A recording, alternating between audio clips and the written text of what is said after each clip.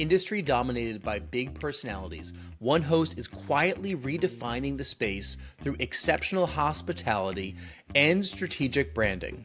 One of our brand values is this idea of a friendliness. And so the question is, what does that mean? She's a homeschooling mom of 6 who's built a multi-million-dollar portfolio, all while maintaining her own sense of a work-life balance. Being a parent, it adds a ferocity to your drive to succeed and to your drive to provide for your family. What's her secret? It's a relentless focus on the customer experience. Everything from video greetings to personalized thank you notes. They can relax because they did make the right choice to stay with us. And I've told them that they made the right choice. Everybody likes to hear that they made a good choice. Today, we'll dive into the unconventional strategies that have allowed Rose Tipka to thrive in a crowded vacation rental market. My name is Jason Muth. I'm a 29-time Airbnb superhost. I worked in the media business for over 25 years, and when that job ended, I moved into this space full-time. Since 2016, we've welcomed over 5,000 guests and their furry companions into our vacation homes. We've seen a lot, but we certainly haven't seen it all. But we are here to help you create a smart stay for your guests. Now, on with the show. Before we hit record, I said it looks like it's somebody's birthday, and you said it's always somebody's birthday around. It's always somebody's birthday. So like you said, I am a homeschooling mom of 6 kids. We've been homeschooling for 11 years, but I also own and manage a vacation rental portfolio worth more than $3 million. We own and manage all of our own homes, and we specialize specifically in vacations for multi-generational families because we have a big family ourselves. We have such a hard time finding a great vacation rental. So 7 years ago, we started our company and we have grown from there. I'm also the mom behind Hosting in the Motherhood, where I share a lot of my hosting information and tips and all of that kind of stuff, because the reality is about 70% of the people in this industry are women and most of us are mothers, and we don't have time for nonsense. We need to get that job done. Yeah.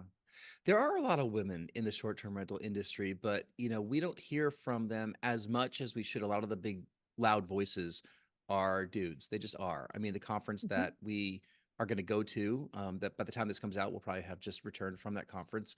I think they tried to bring some more female voices into the speaker world this year, but I still think it's a little bit heavily skewed male on that level. So I'd love to get into that. But Rose has 6 children downstairs who are being, who understand that mom is on a podcast right now. You have one, in the same room as you probably right now, because, we're recording this when we had a snow delay at school. So our fingers are crossed that ours understands that we're recording, but that's not a guarantee, right? But I mean, in all seriousness, I mean, what you've done, I just have an amazing amount of respect for what you've done, because I know how difficult it can be to navigate all the different directions life pulls you. And, we have one child, and I have a great partner that we're raising her with. But even with that, leg up, it's difficult. It is really difficult to have a business that's meaningful, that's successful, and, be a good present parent. Absolutely. So we actually started our company. My husband bought our first property, unbeknownst to me, I'll have you know, the day before I had baby number 5. Okay. And there's a whole story behind that, because I know neither of you have ever been like 10 years pregnant with a child, but I have. And my husband had come to me right before I gave birth to our 5th and said, I really think we should buy this property. At the time, he was working in the oil and gas industry, and I was a stay-at-home mom. I was homeschooling. That was what I was doing. I told him, no, absolutely not. The only thing I can think about is getting this human out of my body. So he bought it anyway. And then, then I had the baby the next day. It was not the right time to break the news to me. So I actually didn't find out until 6 weeks later, when I met our real estate agent at a Christmas party. And that is how our company started. Now, I have to tell you, being a mother, being a parent, it adds a ferocity to your drive to succeed and to your drive to provide for your family. And I knew that my husband was looking for a career change. I also knew that he was third generation in this particular industry, and it was going to be very hard for him. I will always say that my husband was the best decision I ever made in my life. He is a fabulous husband, fabulous partner, fabulous in all ways.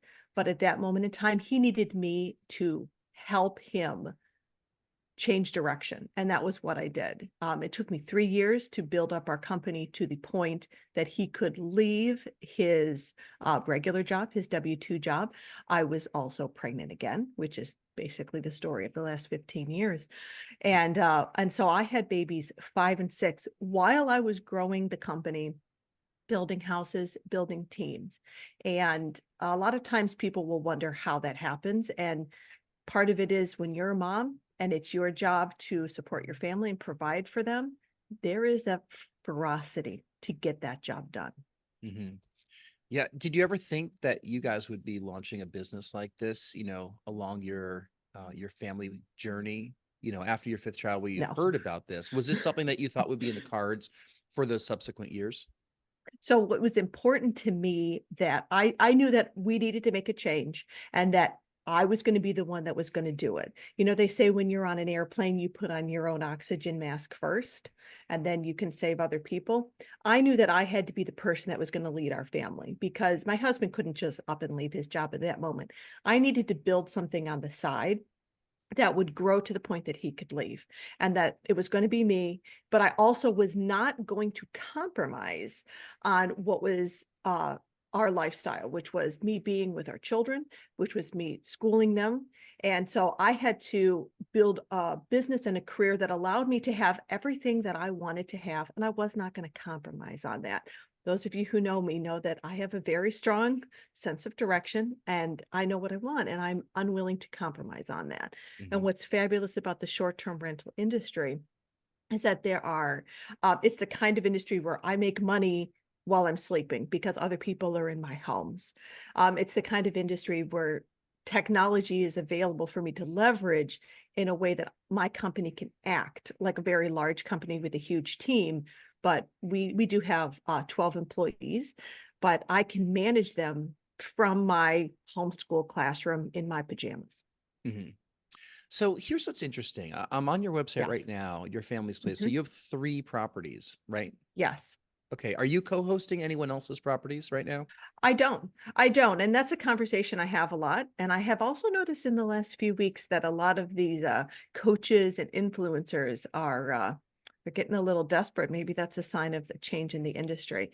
We don't co-host anybody else's properties. And part of Hmm. it is because I don't like to work for anybody else. I Hmm. like to be my own boss. I like to set my own schedule and all of that kind of stuff. I've also focused on brand over everything. Hmm. And when you're co-hosting other people's properties, there is a compromise that has to be made if their property is not on brand for you. So all of my efforts, all of my homes, all of that kind of stuff, that comes back to me and it's an investment in me. That's the exact thinking I had, a year and a half ago when I joined a different mastermind, STR Secrets. We've also been doing Mhm. this for a little while. The first home that we bought, Rory and I bought, was back in 2016. So I just got my 27th superhost quarter, right? So I've been doing this Mhm. for a little while, but it's always been I didn't want to have another boss, right? So I just left the Mhm. W-2 world a couple of years ago, wanted to manage our own properties, and that was it. Things are changing a little bit for us. We decided to launch a company called Pride Away Stays, which serves just Provincetown, Massachusetts. It's a very unique audience of people. So that is kind of up and running. And we decided to do that because I felt like I needed the next step. And I don't think we're going to buy another property. Last year, we didn't. We might not buy one this year. So this is kind of the new creative endeavor to be able to do this for some Mhm. other people. But I totally get what you're saying in that you wanted to maintain the brand. You wanted to maintain your own portfolio. You wanted to be your own boss, not answer to other people. And, I think that you show that you could really build a great business with just something as simple as 3 properties, right? And Mhm. I shouldn't just say just 3 properties because the majority of people that own real estate own their primary home and that's about it. But we hear so much in our space, how many doors do you own? How many properties do you manage? And bigger always seems better, but that's not always the case, is it? No, it's not. And one of the things that we were very intentional about is going to the very high end of the market. So right now, all of our homes, they have an ADR between $600 and $800 a night. Hmm. And one of the reasons we're kind of bringing up our $300 to $400 a night house because we're in the process of putting in an indoor pool. So we made the intentional decision to go to the high end of the market because they're more profitable. And so we do very well. My husband recently got me an award. We have reached Wow. $1 million in sales. Now, part of being a mother means that this sits on my desk and my children have already decorated it with a Sharpie marker. But That's I guess great. you got to stay humble. So we were very intentional about going to the high end of the market and competing up there because those are more profitable. We're also in the process of purchasing land in some different markets so that we can expand our brand to different locations. So Mhm. right now, all of our homes are in Ohio. We really like to travel and vacation up in northern Michigan. And so we're in the process of acquiring some property up there so that we can then create outposts of your family's place in different locations. So once somebody has been introduced to our brand and understands the experience, they can travel to different places and have that repeatable experience. Mm. So, as you speak, I'm kind of getting a sense of the value of branding as you do this, and you've picked a niche that works well. Mhm. Homes that can accommodate multiple generations and that are at the high end of their respective markets. Yes. Branding more generally is it more important at the higher end of the spectrum? And what are some of the strategies you took when you put together the brand in the first place? Yeah. I think branding can be valuable at any price point, but what I see is branding is an important exercise in driving customer loyalty. And at the end of the day, turning a guest that maybe comes to you on an OTA into a guest that will stay with you over and over again and booked directly with you.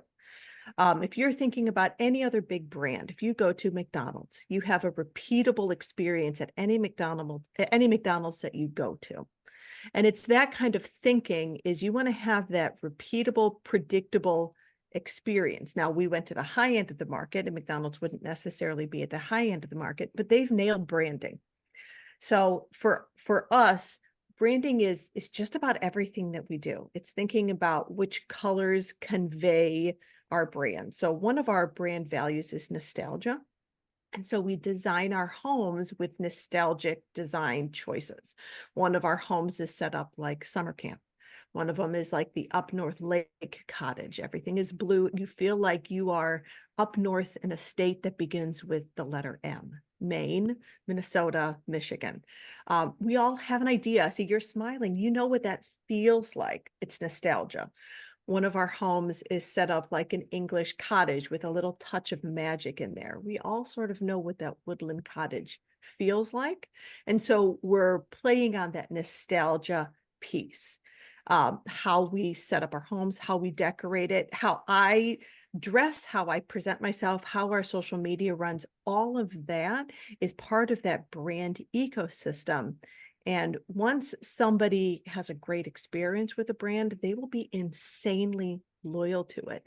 So right now, we are 80% direct off of our website, and about 60% of our guests are repeat guests. Now, that didn't happen overnight. That's years of work. But that goes to the power of branding. I 80% just want to direct. have My good, I've Yes, not heard that number. yes. Yeah. Yes. And we do not use Airbnb at all. I get this question a lot, and that question came up on the mastermind. Right now, we use Verbo, and we do get reservations through Verbo, but we don't use Airbnb at all. And we have a whole different network, a whole network that we've been building out to drive traffic to our website. And yeah, we're at 80% direct and 60% repeat. I have somebody checking in today I think this is their 6th stay with us. I just Rory, want go to ahead. highlight something that I heard in your prior statement that I think is important for anybody, even in other businesses, when they're thinking about their branding. You were talking about the consistency of how people interact with you, up to Mhm. the point of how you communicate, how you dress, how you know you have the same touch of everything, and then it's also wrapped around a sense of values that are unique to you. I mean, Mhm. a lot of the people in this space would have common shared values, cleanliness, Mhm. responsiveness, things like that. And it's, you correct me if I'm wrong, but I think it's harder to build a brand around that. But if you have a unique value such as nostalgia in your case, Mhm. I think it's, it's better to build a brand around that because it's much more memorable. It is. And that's the power of nostalgia. We all have this kind of almost like it's in our DNA of what these things feel like. And so when I'm talking about these different brand values, it's not just, throwing these things out there. Like, so we have nostalgia. And so a big part of the nostalgia is in our design. We use black and white because that's very nostalgic. It has to do with the design of our home. But one of our brand values is this idea of a friendliness. And so the question is, what does that mean? I've actually built out a whole bunch of what I call magic phrases that I deploy on our guests to hit that friendliness tone. And so one of my magic phrases is, I'm here to help. And that gives our guests that message that that's my job, is to help them. And I'm glad to do it. It brings me joy to help you. And so when you have a brand value, something like friendliness, what does that mean? And how can you develop magic phrases that reinforce that? And you'll see me use this a lot in a lot of different ways. I'm a part of Hospitable Hosts, and I'll use that phrase a lot. If you have a question, I'll be glad to jump on a call. I'm here to help. I'm Mhm. glad to help. And so that magic phrase is something that goes back to one of our core values of friendliness. So if you have those core values, sit down and write out the phrases that you would use that go back to that core value. This really lends to the customer service part of short-term rentals. A lot of people get into the space because they have that second home they wanted to buy or have always wanted to buy. Maybe they're a real estate investor and they get into the space, and then suddenly they all realize that they're in a hospitality business. They didn't think Mhm. they were. They thought they were Yes. just in a real estate Yes. business, right? Um, Yes. Isn't that interesting? Yeah, so you're really nailing the hospitality side. One thing I'll add though, if you're listening to this and can just adopt one or two of those things that Rose just mentioned, you are ahead of 90% of the hosts, right? The fact that there are so many people not doing this, not leaning into the hospitality side and providing it, I'm nowhere near what you're saying, but I think I'm pretty good at it. I find that a lot of guests are shocked as to how communicative we are and Mhm. how much of a great experience that we provide. I get so many comments about this is the best short-term rental or Airbnb that I've stayed in. You probably hear that all the time, right? And all you have to do is just be a little bit better than just that standard that they expect, and you're just blowing it out of the Mhm. water. Yeah. So one of the things that we do, I do this right at the moment at which a guest books. So I have a magic phrase that I use, and it is, you can relax and know that we're going to take excellent care of you. That's one of my magic phrases. As soon as a reservation comes in, I will record a very quick video. I just do it with my phone, and I say their name twice. So I'll say, like, hello, Jason. Thank you for booking Middle Haven in May. You can relax and know that I'm going to take excellent care of you. If you have any questions or you need anything, feel free to reach out. That's it. That's the video message. I can do it in less than 20 seconds. I text it to the guest. So I've given them a lot of information in there. First of all, I've said their name twice because everyone's favorite sound is the sound of their own name. And I have told them that they can relax because I am going to take great care of them. Mhm. And so I've said a lot just in that very short message. I've texted it right to their phone, and they can relax because they did make the right choice to stay with us. And I've told them that they made the right choice. Everybody likes to hear that they made a good choice. Yeah. Rory, I'm going to pledge to do this. I'm recording this. I have to do it now, right? None of this want to. I'm going to say will for everything now. As we learned, you say will and you manifest it. Bill Faith mentioned this last year at the STR Wealth Mhm. Conference. He said he records videos for all of his like high ticket price guests, but you do it for everybody. Everybody. Yeah, I'm thinking this through also. Like we just introduced kind of a VoIP's phone system into what we do. We're going to start using open phone. And I think I might be a Mhm. little bit more amenable to doing something like that with guests, that I'm not sending out my, personal cell phone number all the time. Granted, I do put that in all of our materials, right? Mhm. But this might be an easier way to, kind of have lots of lines of communication with guests. I'm guessing that when you're the one initiating that content, that contact, that might be just one of the contributing factors as to why people are rebooking with you, because they have an easy way to get a hold of you now, right? Absolutely. And that's part of the strategy behind it, is that here's my number, you can message me. It also is a way that if somebody booked on an OTA and now they have my number, they're like, "Oh, can Mm, I book directly?" yeah. Absolutely, you can. You are well within your cancellation window, and I'd be glad to Mm. approve your cancellation request. So that's one of the Oh. tricks there. I also do send a handwritten thank you note to all of our guests. I send it in the mail to their house. So that's part of the nostalgia piece, because handwritten thank you notes are very nostalgic. I send that to the guest's home. And so I thank them. I ask if they're celebrating anything special, and I ask them to let me know if there's anything I can do to help them. I also have little like fridge magnets. They're round magnets that have the logo of the house that they're staying at. I found that people put those on the refrigerator, and when they're walking by, they're like, "Oh, I'm going to go on vacation to that house." And it doesn't necessarily feel like marketing. It feels more like a gift to them. As a side note, I also gave them to our appliance company where we buy all of our appliances, and they put those fridge magnets on every appliance in their showroom. And you won't believe how many reservations I've gotten that way. So it's also a little bit of a power move where they know where my house is, but I also know where their house is. And it's just a reminder that we are in this together, and that I'm here to take care of them. Interesting. You know where their house is because you're sending them a card, right? I know where their house is too. Yeah, it's a little bit of a power move, but it's a friendly power move. Rory, I'm feeling overwhelmed right here by, It- by what we're not doing, right?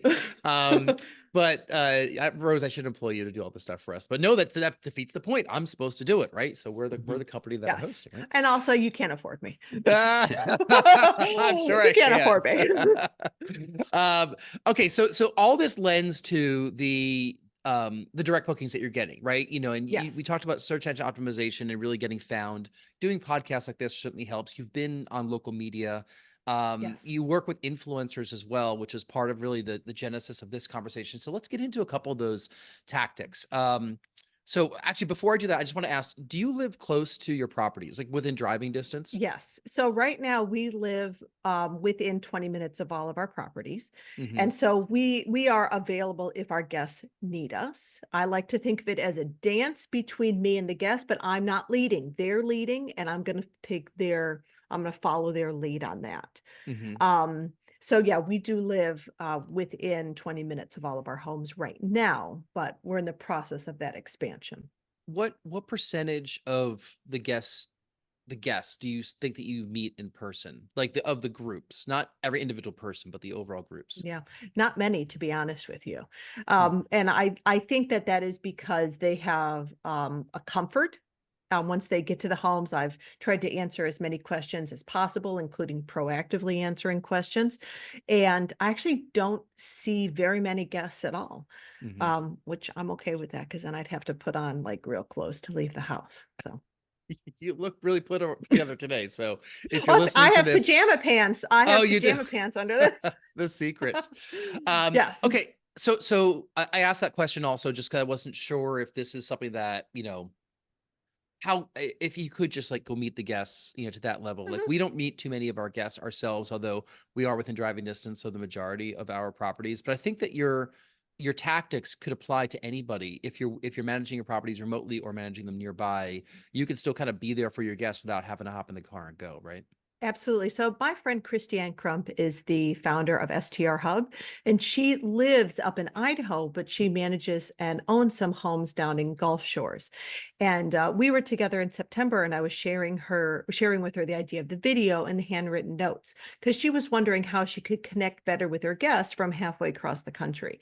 And that's the kind of thing that she can send to a guest wherever she is and wherever they are, and it helps build that personal connection from halfway across the country.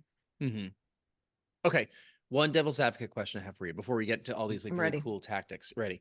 All right. So Yes. we are, the majority of Airbnb and Verbo, like 95% of what we do are those two. And I realize that we're one mistake away from being suspended by anybody, right? Airbnb could do that. Just yank the carpet out from under us. But we had our best year last year, Mhm. 2023. A lot of people had their best year in 2021, but we just continue growing and growing. If I am able to get essentially my places booked at the right rates, with the right occupancy to continue growing, why should I go above and beyond with these little tactics? Again, this is a devil's advocate thing. I'm not Yeah. angry No, with you. I think that, and I get that question a lot, is people feel comfortable with the way things are right now. Things never stay the same forever. And this industry is always changing, and either you're growing or you're dying. That's my way of looking at it. You're either creating systems and processes to make your company better, or you're dying. And I think that what we see is this level of unpredictability with Airbnb and with Verbo and with the OTAs in general. And we've all heard those horror stories. There was somebody recently in the Boostly community who has a bunch of villas in Bali. His account got shut down. He had no idea why. He literally lost $60,000 in 2 hours. Wow. That's really scary. And well, Mhm. okay, well, that's a one-off thing. What did he do wrong? Mhm. It doesn't matter. He's out $60,000. Mhm. And I think if you are relying on a third party to provide your company with all of your income, you don't have a real business. You are just a subsidiary of that other company. So that is what I'm trying to do, is I'm trying to build a standalone business. 5 years ago, 8 years ago, nobody really knew what Airbnb is. Who knows what it's going to be 5 years from now, 8 years from now? The reality is vacation rentals have been around since the beginning of time. This right now with the OTAs is the current iteration of it, but I'm looking to build a sustainable business into the future. And so that means having a very diverse funnel that's bringing reservations into my books.